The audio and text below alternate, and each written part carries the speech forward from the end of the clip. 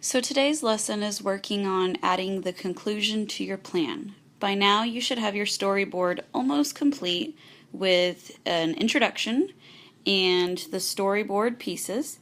And now the last piece, which is box 6, should be your conclusion. Our learning target today is I can write a logical conclusion to my narrative that wraps up my story.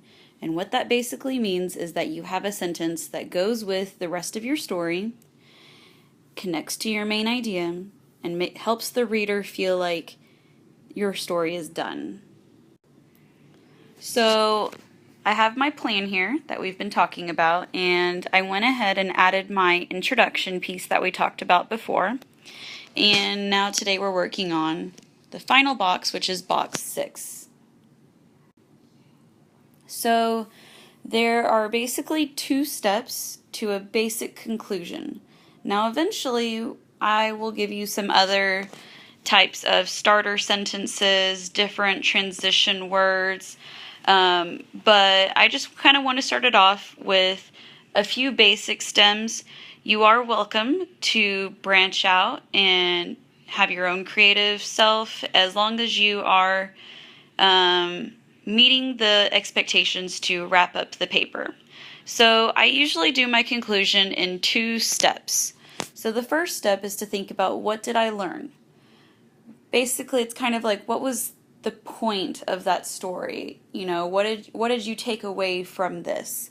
It doesn't have to be a huge lesson learned, but just some kind of maybe takeaway from it.